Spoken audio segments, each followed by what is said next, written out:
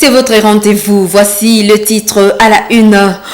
Paralysie d'activités scolaires ce vendredi 18 novembre au quartier Ruenda en cellule Moutitiro, une conséquence des altercations entre les FARDC et la population vécue ce jeudi 17 novembre suite au conflit terrien qui oppose certains bocaux aux occupants de sa concession. Résurgence de cas d'incursion des bandits armés en vue de Béni, des incidents sécuritaires caractérisés par des cambriolages et tortures sont enregistrés jour par jour, après jour. Voilà tout pour le titre. Nous l'avons dit dans le sommaire, les activités scolaires sont restées paralysées au quartier Ruenda en cellule Moutitiro ce vendredi 18 novembre. C'est suite aux échauffourées de jeudi 17 novembre liées au conflit terrien qui oppose certains bocaux et les occupants de sa concession. MontoTV a constaté les dégâts en cellule Moutitiro ce vendredi. Suivez ce reportage. Il est 10 heures de ce vendredi, le climat n'est encore beau dans cette partie du quartier Ruenda. Les écoles riveraines de cette concession conflictuelle n'ont pas ouvert leurs portes. C'est depuis la journée de jeudi, suite au décurpissement des maisons construites dans cette concession en conflit. Plusieurs maisons ont été détruites pour décurpir les gens de cette concession. Des victimes de cette démolition ont aussi détruit des habitations non touchées. À côté des dégâts matériels, un enfant de 6 ans a été tué par des hommes en uniforme envoyés pour faire le décurpissement. Tchachima Solange, mère du défunt, est encore sous les chocs. Elle regrette son fils tué alors qu'il était avec lui dans une cachette avec d'autres enfants. Il a été atteint par une balle qui a percé les murs, explique amèrement sa maman.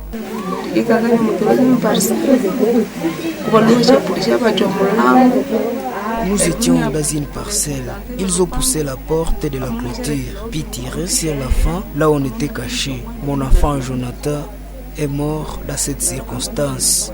Les maires de ville qui donnent des soldats à M. Mboko nous fait souffrir vraiment. Si j'avais de la force, je pouvais voir les maires de ville ne gênent pas de force.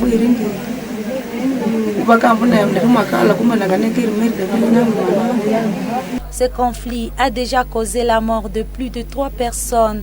Un maître avocat, un élément de l'ordre et voilà un enfant.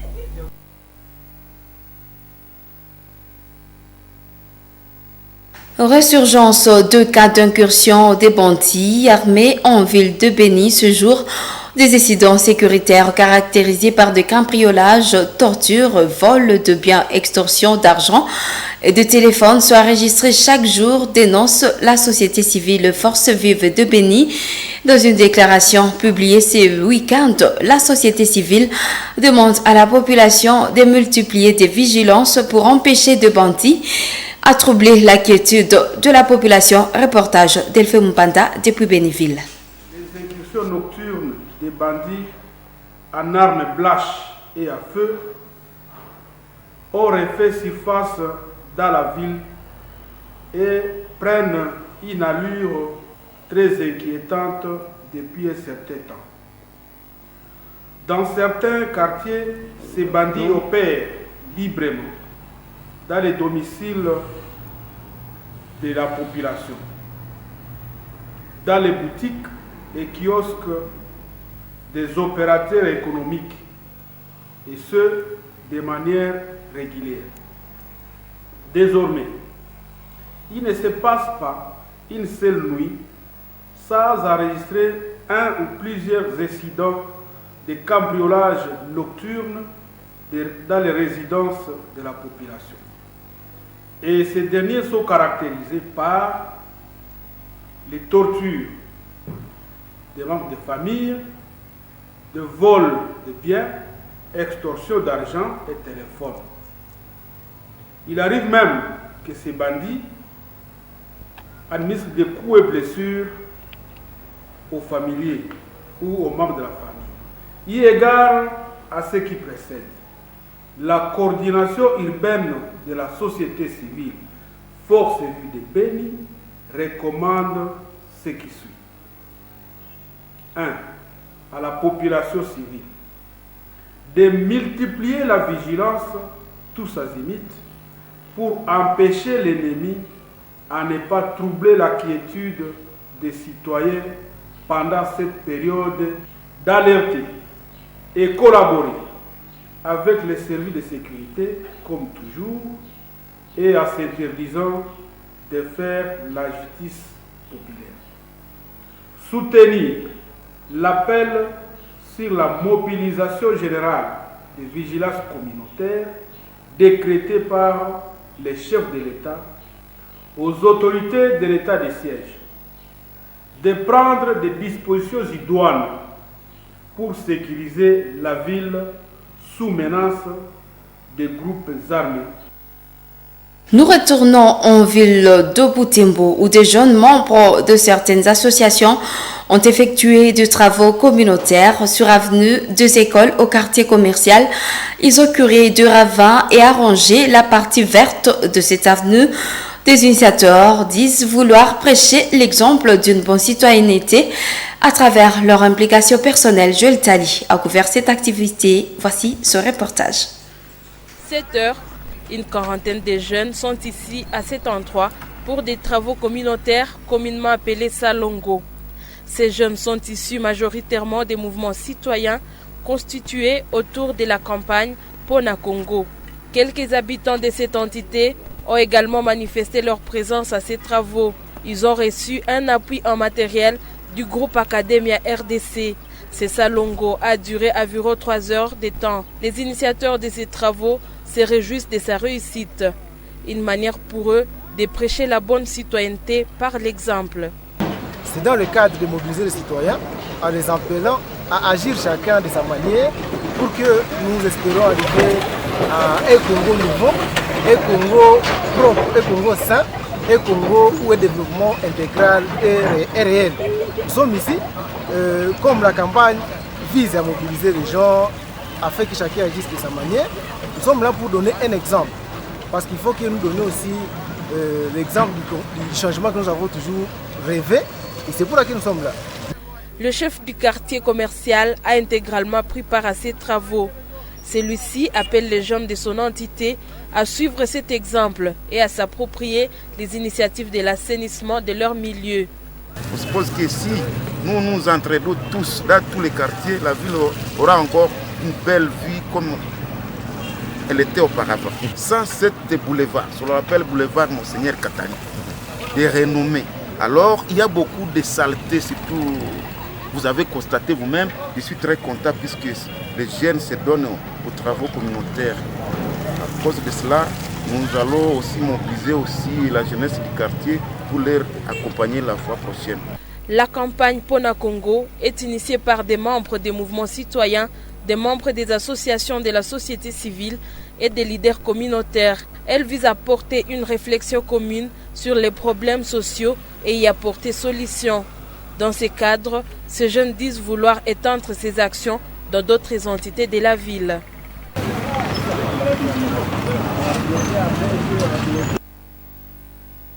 Autre chose, 5 ménages de cellules Ngoulé et Katia et le bureau du quartier Voutété ont été visités par des porteurs d'armes blanches et en feu.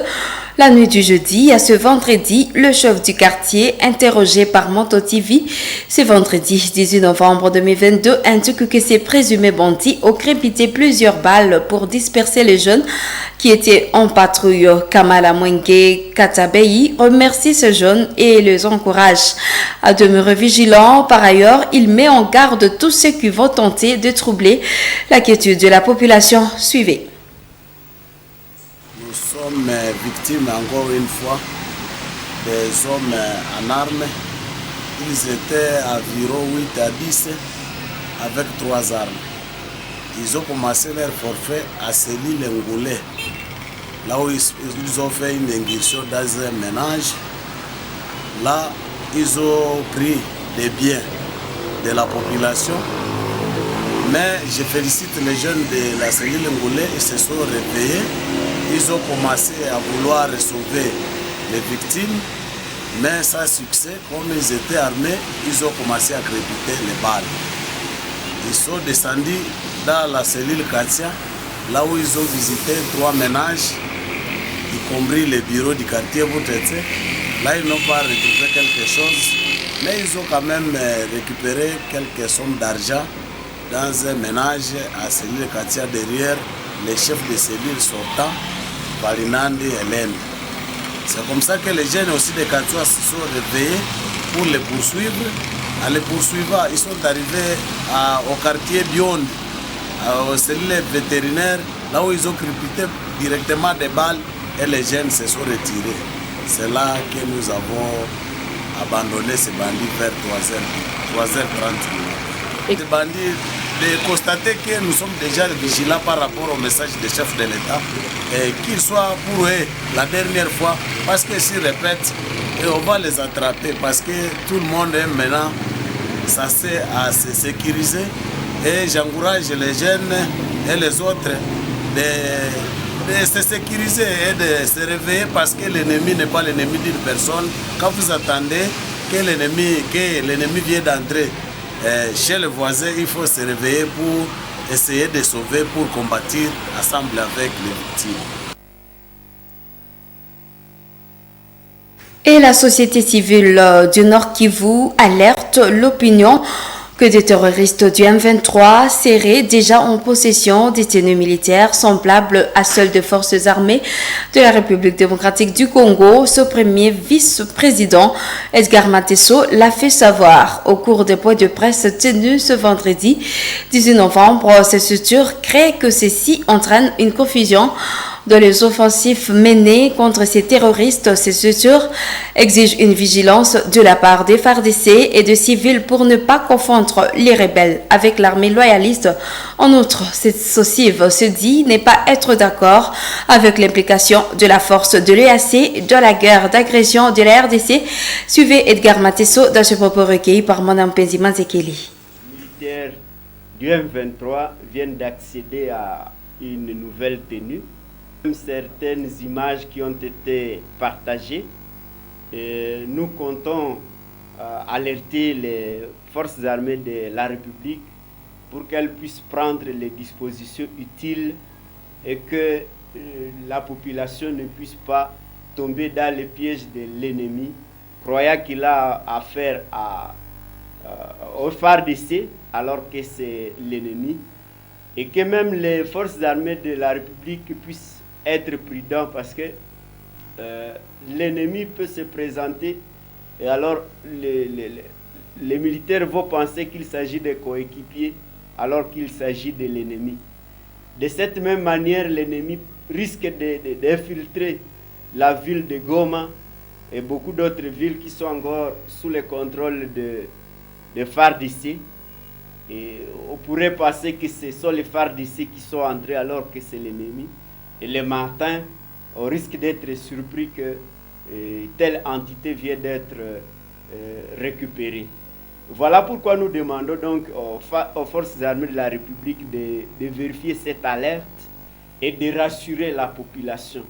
Parce que on ne sait jamais, l'ennemi peut toujours exploiter toutes les voies pourvu qu'il obtienne l'affaiblissement de nos forces. 2 maisons de photographie shoot, une autre option d'encadrement de jeunes pour lutter contre l'oisiveté. Ce vendredi, Moto TV a rencontré certains shooters de Butembo. La plupart d'eux, majoritairement de jeunes, disent être assouvis de leurs besoins par ce métier. Nous suivons ce reportage. Ici, c'est l'une de maisons shoot située sur rue Kinshasa. Robert Pro est l'appellation de cette maison de photographie. C'est vendredi 18 novembre, nous rencontrons Juvenal, ce jeune garçon preneur de vue, exerçant ce métier depuis 2 ans. Étudiant de son état, Juvenal trouve plaisir dans ce métier qu'il maîtrise déjà.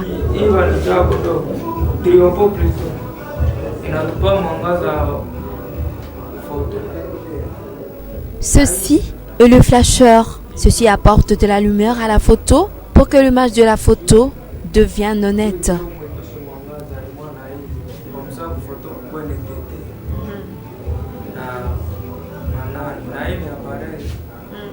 Dans ma main, c'est l'appareil photo.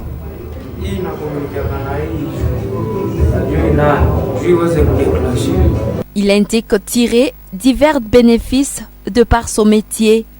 Au-delà de payer ses frais académiques par ce métier, Juvenal est épargné de la dépendance financière.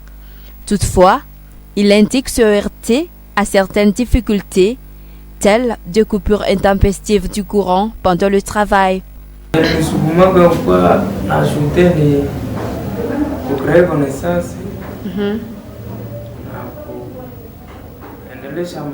Ce métier m'aide à subvenir à divers besoins dans ma vie. Je paie également de frais académiques grâce à des photoshoots.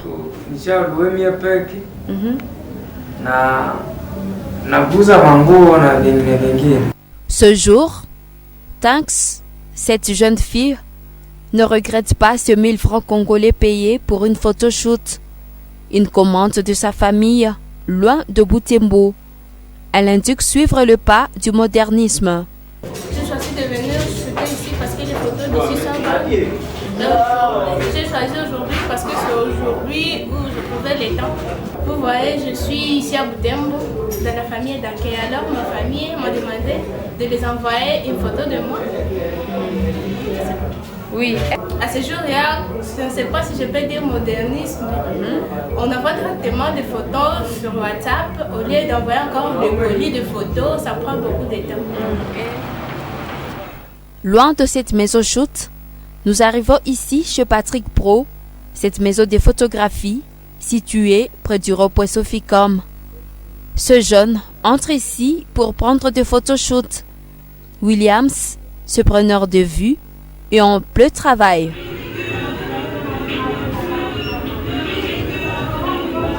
Passionné par son métier, il invite ses semblables à entreprendre pour éviter la mendicité.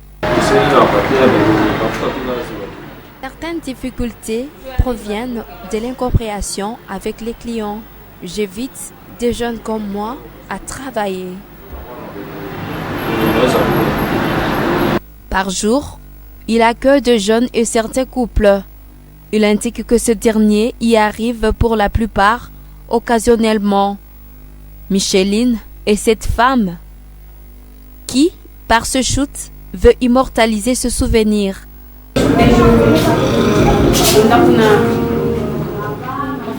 Ce jour, je pris cette photo juste pour immortaliser ma journée.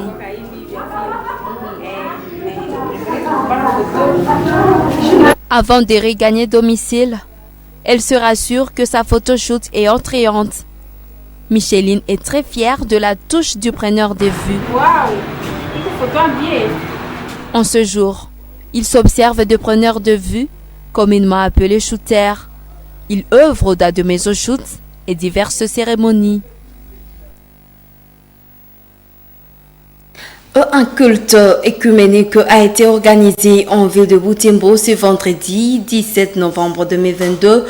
Ce culte avait pour objectif de renforcer le mariage civilo-militaire.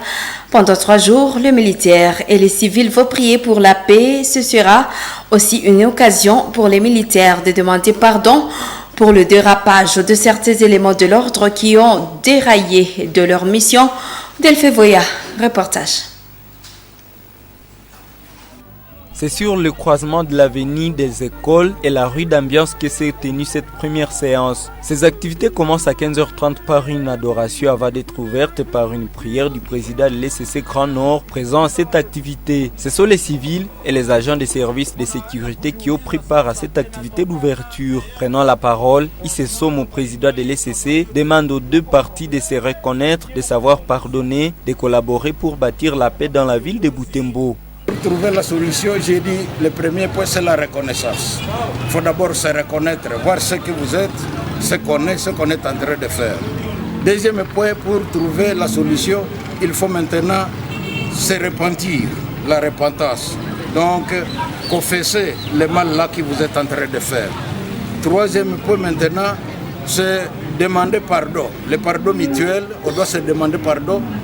Et autre point que j'ai donné, c'est maintenant la pratique, mettre en pratique ce que nous aimerions faire, donc devenir de vraies solutions, que la décision ne soit pas seulement verbale, mais qu'on puisse vivre ce qu'on est en train de dire. Quant à Jacques-Claude Kakoukou, aumônier militaire protestant des garnisons ecclésiastiques, demande à ces deux parties prenantes de ne pas s'être considérées comme des ennemis, mais plutôt de se comprendre mutuellement. Il y a beaucoup de dégâts, là, surtout dans notre ville de Butembo, où les policiers sont en train de désilier comme ça les gens, sans avoir même connaître que ce sont nos frères, et même nos militaires. Ils ne se comportent pas tellement bien, et même la population civile aussi, qui est en train de faire des dégâts sur nos policiers, sur nos militaires. Et c'est pour cela que nous avons choisi que nous faisons cette culte de pardon, on se demande pardon mutuellement. Cette séance s'est clôturée par différentes prestations de chorales et orchestres y invités.